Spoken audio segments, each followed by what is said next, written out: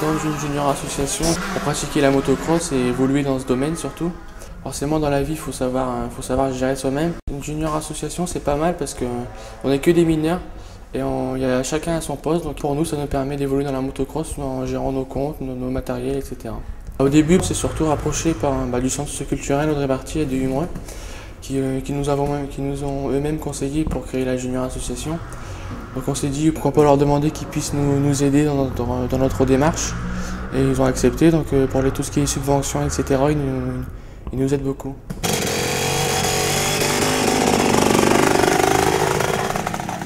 Donc les motos appartiennent au centre socio-culturel de Humreux.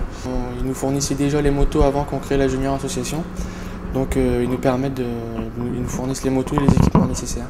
Donc on se regroupe tous les mercredis et tous les samedis matins, donc soit pour entretenir la moto, soit pour faire des sorties. Sinon on peut se réunir aussi pendant les vacances, surtout avec l'école de pilotage de Sébastien Sago et Mix Pilotage, avec qui on fait des stages de motocross.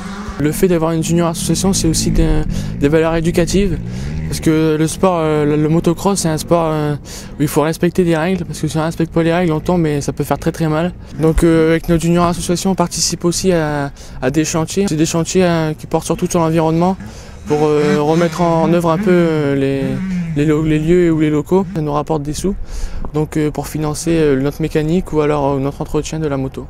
En association, ça nous permet aussi d'être ensemble, de découvrir la pratique ensemble. En groupe, c'est surtout motivant pour ceux qui débutent, parce qu'au moins ils sont aidés et s'ils veulent des conseils, on peut les conseiller. Les améliorations qu'on pourrait faire, c'est surtout au niveau financier, aller chercher des sponsors. Alors, est-ce que vous pouvez vous présenter, monsieur? Oui, donc bonjour, je m'appelle Arthur, j'ai 16 ans, je suis lycéen à Boulogne-sur-Mer dans le nord de la France. Je rentre en première ES. Donc c'est pour moi c'est la 3e mission, ça fait 5 ans déjà que je suis dans le projet Vietnam. Donc cette année pour la 3e mission on travaille avec l'orphelinat et en parallèle avec le comité des pauvres. Donc à l'orphelinat cette année on construit 8 box. Donc 8 box c'est pour les filles, pour les plus âgées, pour qu'elles aient un peu plus d'intimité. Donc pour l'instant ce qu'on a fait c'est lorsqu'on est arrivé il y avait déjà les murs qui étaient montés. Donc on avait plus qu'à mettre le mastic pour boucher les trous des vis. Ensuite, il nous restera à poncer et à mettre le papier peint, ainsi qu'à aménager un peu l'intérieur des box. Ensuite, avec le comité des pauvres, ce qu'on fait, c'est qu'on construit 4 maisons pour des familles vraiment pauvres qui n'ont pas d'abri. Donc on va construire des maisons en dur, parce que les maisons qu'ils ont pour l'instant ne sont pas vraiment très solides.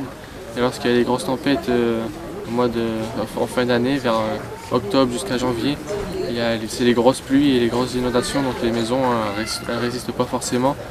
Et donc pour une des familles là, sur laquelle on est aujourd'hui, comme nous sommes séparés en 2 groupes, moi dans le groupe que je suis et la maison où je travaille, les parents donc, ils ont 4 enfants, dont 2 handicapés et donc, qui sont limités dans leur mouvement, ils sont obligés de rester allongés et lorsqu'il y a les grosses pluies et qu'ils doivent bouger pour échapper à l'eau, je pense que ça ne va pas être très évident pour eux, ça doit même être impossible. Donc s'ils peuvent avoir une maison en dur et que leur maison ne s'inonde pas et qu'elle reste sur leurs pieds, c'est vraiment bien pour eux. Ok. Donc là tu es venu avec un nouveau groupe, c'est le 3e groupe avec qui tu viens. Voilà, qu'est-ce que ça te fait toi à chaque fois de venir avec un groupe de jeunes? Qu'est-ce que ça t'apporte? Ça m'apporte que chaque fois de différencier les personnes, c'est bien de découvrir de nouvelles choses avec de nouvelles personnes, parce qu'à chaque fois qu'on vient on voit pas forcément les mêmes choses, on ne découvre pas les mêmes endroits et les mêmes personnes, donc c'est bien de voir les différentes personnes et découvrir d'autres choses. Ok, si tu devais retenir quelque chose en particulier cette année, une anecdote, une image qui t'a marqué jusqu'à présent, ce serait laquelle, cette image qui t'aurait marqué le plus?